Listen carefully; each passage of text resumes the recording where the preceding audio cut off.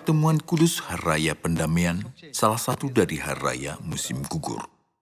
Hari Raya Pendamaian jatuh pada tanggal 10 bulan ke-7 dalam kalender suci. Tuhan telah memberkati hari itu dan menetapkannya. Mari kita lihat asal mula hari raya itu. Pada waktu Musa turun dari Gunung Sinai, membawa ke-10 firman untuk pertama kali, bangsa Israel sedang menyembah anak lembu dari emas. Dia melemparkan loh batu ke-10 firman itu ke kaki gunung dan terpecah. Pada hari itu, sebanyak 3.000 orang yang menyembah anak lembu emas dibunuh. Sesudah itu, bangsa Israel bertekad untuk tidak berbuat dosa seperti itu lagi dan berdoa dengan pertobatan sambil mengaku dosa mereka di depan Tuhan. Kemudian Musa naik ke Gunung Sinai sekali lagi pada tanggal 1 bulan ke-6 dan berpuasa selama 40 hari untuk menerima ke-10 firman yang kedua. Sesudah dia berpuasa selama 40 hari, Tuhan memberikan Musa loh batu sekali lagi pada hari ke-40 itu. Musa membawanya dan turun dari gunung pada tanggal 10 bulan ke-7. Hari itu adalah hari ini. Dengan maksud, aku mengampuni semua dosa Israel.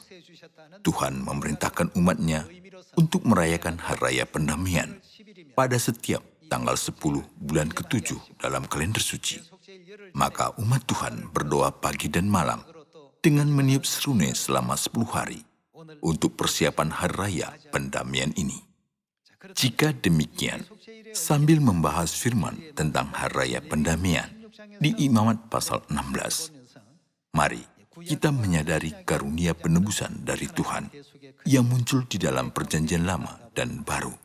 Mari kita baca Imamat pasal 16 ayat 5. Dari umat Israel ia harus mengambil 2 ekor kambing jantan untuk korban penghapus dosa dan seekor domba jantan untuk korban bakaran.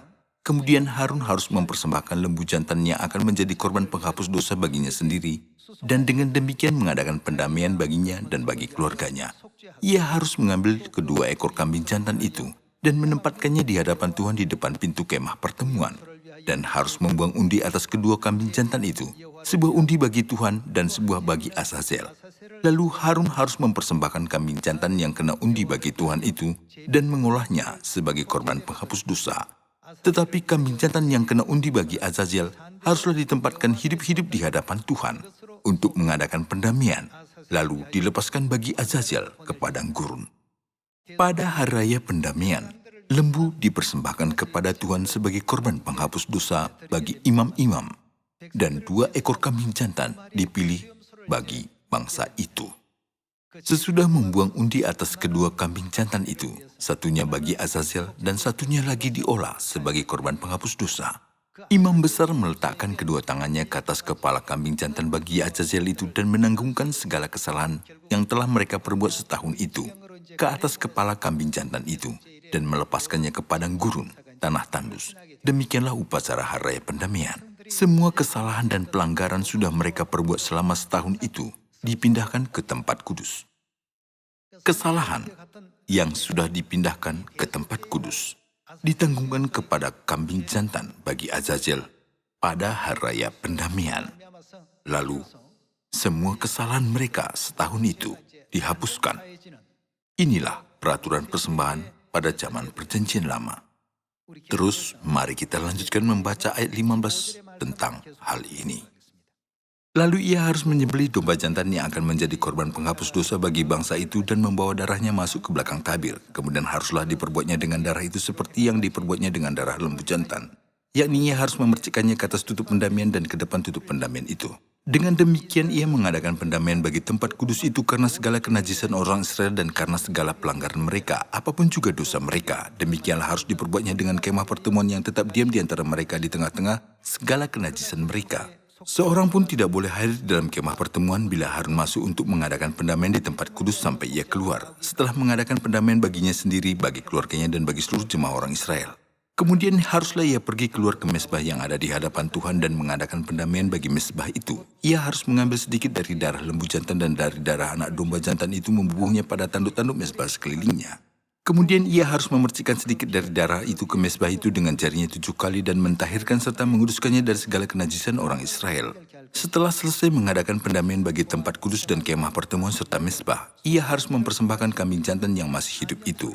Dan Harun harus meletakkan kedua tangannya ke atas kepala kambing jantan yang hidup itu dan mengakui di atas kepala kambing itu segala kesalahan orang Israel dan segala pelanggaran mereka, apapun juga dosa mereka. Ia harus menanggungkan semuanya itu ke atas kepala kambing jantan itu dan kemudian melepaskannya ke padang gurun dengan perantan seseorang yang sudah siap sedia untuk itu. Demikianlah kambing jantan itu harus mengangkut segala kesalahan Israel ke tanah yang tandus dan kambing itu harus dilepaskan di padang gurun. Melalui peraturan hari raya pendamaian yang ditulis di dalam Imamat pasal 16, kita bisa tahu kambing jantan bagi Azazel melambangkan setan. Segala kesalahan yang sudah kita perbuat selama setahun dipindahkan ke tempat kudus sebentar. Pada hari raya pendamaian, semua kesalahan kita itu ditanggungkan ke atas kambing jantan bagi Azazel, dan kemudian kambing jantan itu dilepaskan di padang gurun dan mati di sana. Dengan cara itu, kesalahan kita berakhir. Tuhan sudah memberitahukan kita tentang proses penghapusan dosa manusia melalui Imamat pasal 16. Tempat kudus yang ada di sini melambangkan siapa? Mari kita cari tahu di Yeremia pasal 17. Pasal 17 ayat 12 kita baca. Tahta kemuliaan, luhur dari sejak semula, tempat bait kudus kita, ya pengharapan Israel, Tuhan. Tuhanlah dilambangkan sebagai tempat kudus. Sama seperti ketika kita berbuat dosa, dosa kita segera dipindahkan ke tempat kudus. Sebenarnya, semua dosa kita menjadi beban bagi Tuhan. Semua dosa kita dipindahkan ke tempat kudus dan disimpan di situ sampai pada hari raya pendamaian. Semua dosa itu ditanggung Tuhan sendiri. Ketika imam besar memilih 2 ekor kambing jantan, satunya dipilih sebagai korban penghapus dosa kita, dan satunya lagi bagi Azazel untuk dosa kita dipindahkan kepada setan, kepala penjahat. Kedua upacara dilakukan dalam sekaligus. Korban penghapus dosa bagi kita melambangkan Kristus, dan Azazel melambangkan setan. Maka semua dosa akan dipindahkan kepada setan. Karena setan adalah pencetus dosa, maka dia berjalan di padang gurun, tanah tandus, yaitu jurang maut menurut Alkitab. Ada catatan di Wahyu bahwa dia menderita di jurang maut. Melalui karunia dan berkat dari hari raya pendamaian, kita bisa menemukan pengorbanan dan kasih dari Tuhan. Tuhan sebagai tempat kudus menanggung dosa kita, dan juga sebagai korban penghapus dosa menanggung dosa kita. Mari kita memahaminya melalui Yesaya pasal 53 ayat 1 kita baca. Siapakah yang percaya kepada berita yang kami dengar dan kepada siapakah tangan kekuasaan Tuhan dinyatakan? 700 tahun sebelum Yesus datang, Tuhan membuat Nabi Yesaya menuliskan nubuatan tentang Yesus Kristus yang akan menanggung kesalahan kita. Ayat 2 kita baca. Sebagai taruk ia tumbuh di hadapan Tuhan dan sebagai tunas dari tanah kering. Ia tidak tampan dan semaraknya pun tidak ada sehingga kita memandang dia, dan rupa pun tidak sehingga kita menginginkannya. Ia dihina dan dihindari orang, seorang yang penuh kesengsaraan dan yang biasa menderita kesakitan. Ia sangat dihina, sehingga orang menutup mukanya terhadap dia, dan bagi kita pun dia tidak masuk hitungan. Tetapi sesungguhnya, penyakit kitalah yang ditanggungnya, dan kesengsaraan kita yang dipikulnya. Padahal kita mengira dia kena tulah, dipukul, dan ditindas Allah. Tetapi dia tertikam oleh karena pemberontakan kita. Dia diremukkan oleh karena kejahatan kita. Ganjaran yang mendatangkan keselamatan bagi kita ditimpakan kepadanya, dan oleh bilur-bilurnya kita menjadi sembuh. Kita Sekalian sesat seperti domba, masing-masing kita mengambil jalannya sendiri.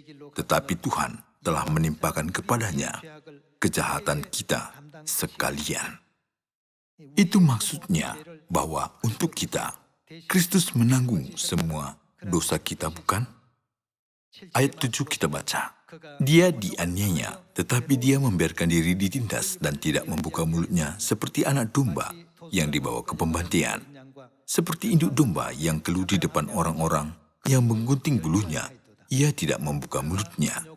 Sesudah penahanan dan penghukuman ia terambil, dan tentang nasibnya, siapakah yang memikirkannya?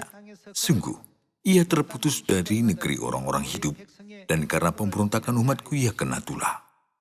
Orang menempatkan kuburnya di antara orang-orang fasik, dan dalam matinya, ia ada di antara penjahat-penjahat.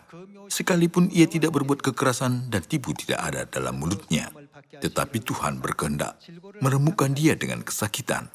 Apabila ia menyerahkan dirinya sebagai korban penebus salah, ia akan melihat keturunannya, umurnya akan lanjut, dan kehendak Tuhan akan terlaksana olehnya. Sesudah kesusahan jiwanya, ia akan melihat terang dan menjadi puas. Dan hambaku itu, sebagai orang yang benar, akan membenarkan banyak orang oleh hikmatnya, dan kejahatan mereka dia pikul. Sebab itu, aku akan membagikan kepadanya orang-orang besar sebagai rampasan, dan ia akan memperoleh orang-orang kuat sebagai jarahan, yaitu sebagai ganti karena ia telah menyerahkan nyawanya ke dalam maut, dan karena ia terhitung di antara pemberontak-pemberontak, sekalipun ia menanggung dosa banyak orang dan berdoa untuk pemberontak-pemberontak.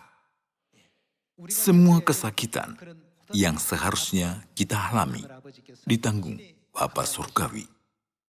Kita meminta Bapa Surgawi dan Ibu Surgawi untuk pengorbanan. Itu sudah dinubuatkan di dalam Yesaya pasal 53. Ketika kita mendengarkan kata penghapusan dosa dan pengampunan dosa, kita merasa dosa kita dapat dihapuskan jika kita merayakan hari raya. Tetapi alasan kita merasa ringan karena seseorang menanggung dosa kita sampai semua dosa dihapuskan. Seseorang itu adalah Bapa dan Ibu kita.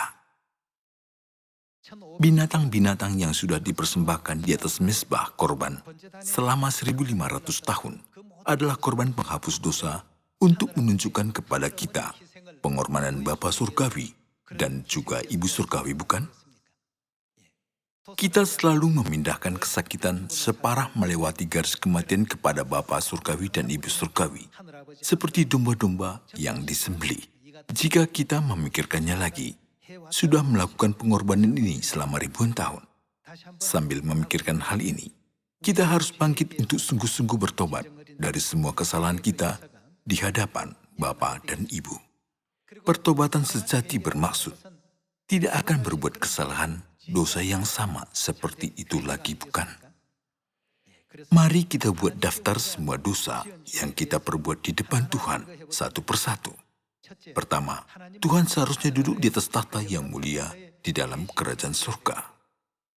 Tetapi kita membuat dia datang ke bumi ini sebagai manusia untuk menyelamatkan kita. Itu dosa besar kita. Kedua, menyebabkan Tuhan disalibkan. Itu dosa yang teramat besar. Kalau kita tidak berdosa, peristiwa penyaliban tidak akan pernah terjadi.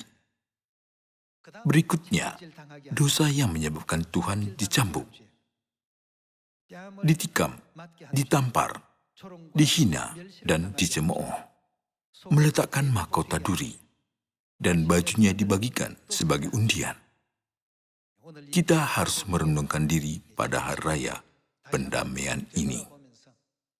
Walaupun kita berdosa, Tuhan tidak meninggalkan kita, tetapi mengasihi kita sampai akhir. Tetapi di kehidupan kita sehari-hari, kita dengan mudah meninggalkan Tuhan dan menganggap ringan perjanjian yang diadakan Tuhan dengan kita. Ketika kita menghadapi sedikit kesakitan, bukan?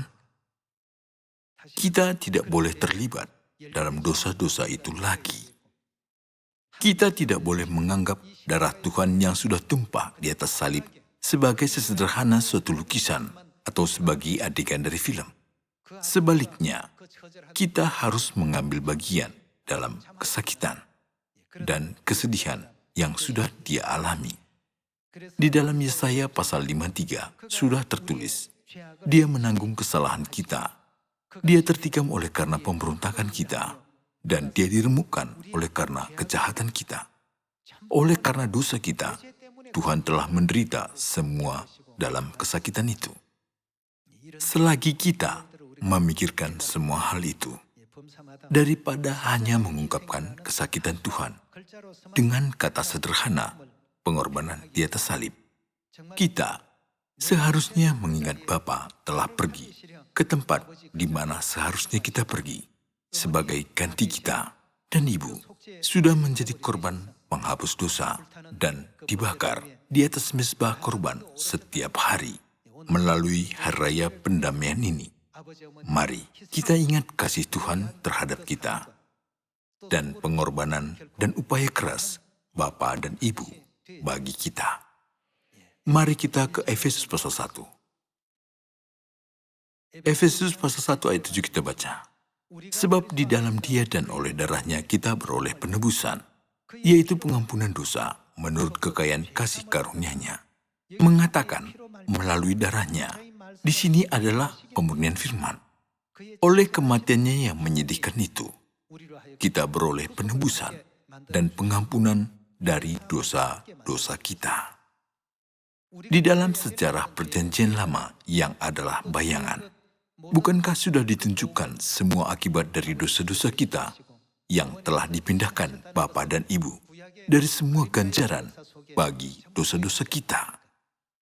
Apakah yang terjadi pada setiap jam doa pagi dan sore untuk memberi pengampunan dosa kepada kita? Bapa dan Ibu Surgawi memercikkan darahnya dan menjadi korban bakaran di atas mezbah bakaran oleh karena dosa kita pada jam doa pagi dan sore. Alasan yang sama, mereka menjadi korban persembahan hari Sabat. Mereka menjadi korban persembahan pada hari raya pendamaian ini karena alasan yang sama. Tentang pengorbanan Kristus ini ditulis seperti, siapakah yang akan memisahkan kita dari kasih Kristus? Penindasan atau kesesakan, atau penganiayaan atau kelaparan atau ketelanjangan. Semua itu tidak bisa memisahkan kita dari kasih Kristus. Rasul Paulus tetap menjaga iman walaupun dia dibunuh, karena dia telah menyadari kebenaran tentang pengorbanan dan kasih yang telah Tuhan tunjukkan bagi kita. Oleh karena itu, orang-orang kudus gereja awal menganggap wajar mereka mati karena percaya Kristus dan juga menganggap kemuliaan besar mereka dianiaya demi Kristus. Namun, ketika kita menghadapi rintangan kecil ataupun ketidaknyamanan dalam hidup iman kita, kita mencoba untuk menghindarinya.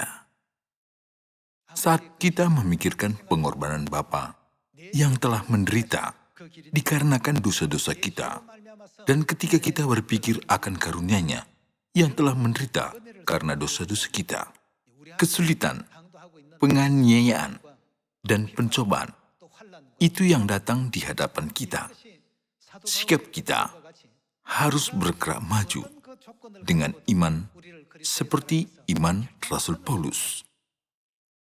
Siapakah yang akan memisahkan kita dari kasih Kristus? Sebab tidak mengerti arti darah Kristus yang sudah ditumpahkan di atas salib. Orang-orang mudah meninggalkan Kristus dan menjauhkan diri dari kepercayaan. Akhirnya, mereka tidak bisa masuk ke dalam kerajaan surga. Hal yang begitu malang tidak boleh terjadi, bukan? Bapa telah datang ke bumi ini untuk menyelamatkan kita. Karena dosa kita, Bapa sudah dianiaya dan dihina oleh manusia di bumi ini dan memberitakan Injil selama 37 tahun. Karena dosa kita, Ibu Surgawi masih melindungi anak-anaknya di seluruh dunia, walaupun tubuhnya sudah tua dan lemah di bumi ini, bukan? Pada hari raya pendamaian ini, mari kita pahatkan pengorbanan Tuhan dalam batin kita. Mengapa Paulus telah memberi perkataan itu? Mengapa ketika Petrus meninggal, Bagaimana bisa saya layak berdiri seperti Kristus dan disalibkan? Sebaliknya, meminta kepada Algojo, gantung saya terbalik. Dan dia digantung terbalik di kayu salib sampai akhir. Karena mereka telah mengingat kasih karunia Kristus yang sudah mengasihi kita dan menanggung dosa kita. Mereka selalu berpikir bahwa penderitaan dan kesakitan itu tidak ada apa-apanya, dikarenakan mereka memikirkan jalan pengorbanan yang telah Tuhan jalani bagi kita. Sekali lagi melalui hari raya pendamaian ini, kita semua harus dapat menempatkan iman seperti itu di dalam diri kita. Di dalam Efesus pasal 1 ayat 7 ada firman, oleh darahnya kita beroleh penebusan, yaitu pengampunan dosa. Itu maksudnya, kita semua menerima penebusan dan pengampunan dosa melalui pengorbanannya dan kematiannya. Darahnya berarti kematiannya. Pikiran apa yang dia miliki sampai dia mati. Walaupun dia sendiri menanggung dosa-dosa banyak anak-anaknya, dia tidak membuka mulutnya seperti induk domba yang keluh. Dia tidak berkata, aku menderita kesakitan ini karena kamu.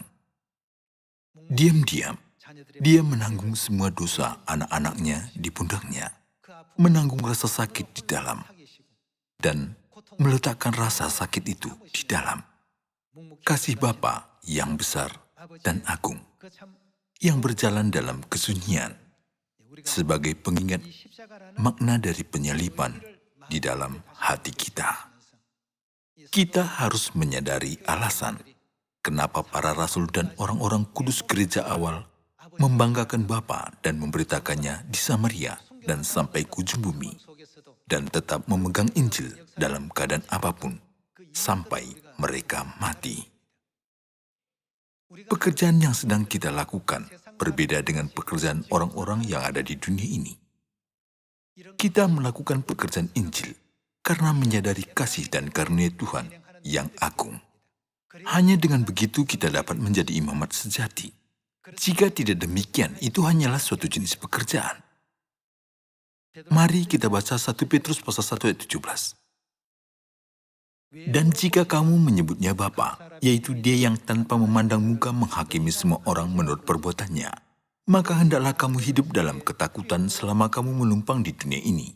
Sebab kamu tahu bahwa kamu telah ditebus dari cara hidupmu yang sia-sia, yang kamu warisi dari nenek moyangmu, itu bukan dengan barang yang fana, bukan pula dengan perak atau emas, melainkan dengan darah yang mahal, yaitu darah Kristus yang sama seperti darah anak domba, yang tak bernoda dan tak bercacat. Pada akhirnya, kita harus mengingat sekali lagi bahwa kematian Bapa yang sama ini telah menjadi kekuatan pendorong yang besar untuk membebaskan dan menebus nenek moyang kita dan kita semua dari cara hidup yang sia-sia. Mari kita baca 1 Yohanes pasal 4, ayat 7 kita baca.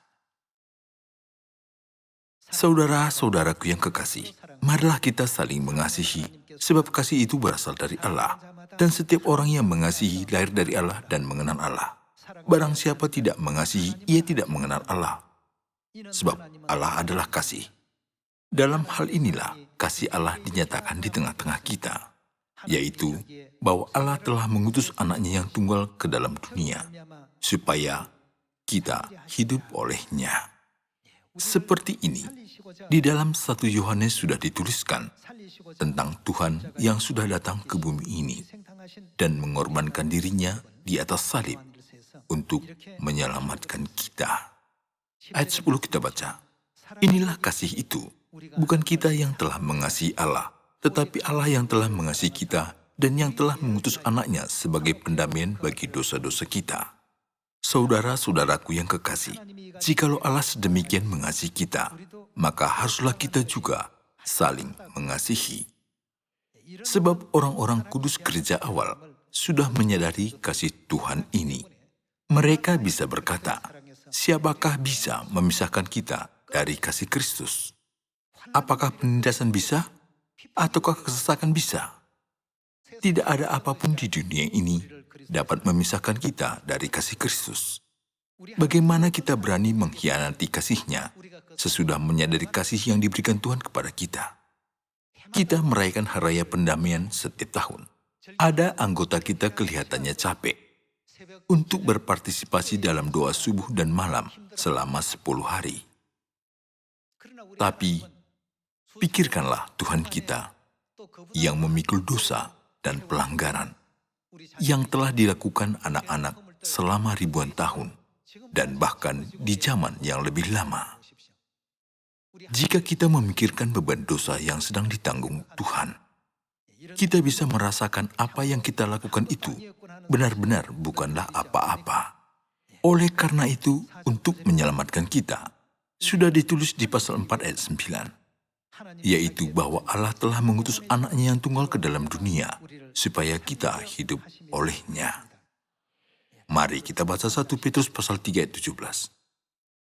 Sebab lebih baik menderita karena berbuat baik, jika hal itu dikehendaki Allah, daripada menderita karena berbuat jahat. Sebab juga Kristus telah mati sekali untuk segala dosa kita. Ia yang benar untuk orang-orang yang tidak benar. Dia sudah mati untuk kita yang tidak benar, yang sudah berbuat dosa, kesalahan, dan dosa. Supaya ia membawa kita kepada Allah. Ia yang telah dibunuh dalam keadaannya sebagai manusia, tetapi yang telah dibangkitkan menurut roh. Dan di dalam roh itu juga ia pergi memberitakan Injil kepada roh-roh yang di dalam penjara. Dia yang benar sudah mengorbankan diri untuk kita yang tidak benar. Dia sudah menanggung semua kesakitan dan penderitaan yang harus kita alami. Dalam kurun waktu 1500 tahun, dari zaman Musa, Perjanjian Lama, Tuhan terus mengulang peristiwa yang sama setiap tahun dan menunjukkannya di setiap pengorbanan sebagai pengorbanan Bapa dan Ibu. Kelihatannya binatang-binatang itu dikorbankan, tetapi sebenarnya itu menunjukkan kepada kita pengorbanan Bapa Surgawi dan Ibu Surgawi. Ketika kita membuat daftar dosa kita sekali lagi, kita dapat menemukan kita sudah berbuat dosa, membuat Tuhan memakai tubuh manusia. Tuhan disalibkan, darahnya ditumpahkan di salib, dicambuk, ditikam, ditampar, dihina, dan dicemooh. Membuat bajunya dibagikan sebagai undian, membuat Tuhan memakai mahkota duri, dan membuat dia meninggalkan semua kemuliaannya. Satu pun dari semua itu tidak boleh terjadi di hadapan Tuhan sebenarnya. Tetapi di balik semuanya itu menjadi terjadi. Itu dikarenakan kita. Karena kita yang sudah berbuat dosa, kitalah yang seharusnya mengalami semua hal itu.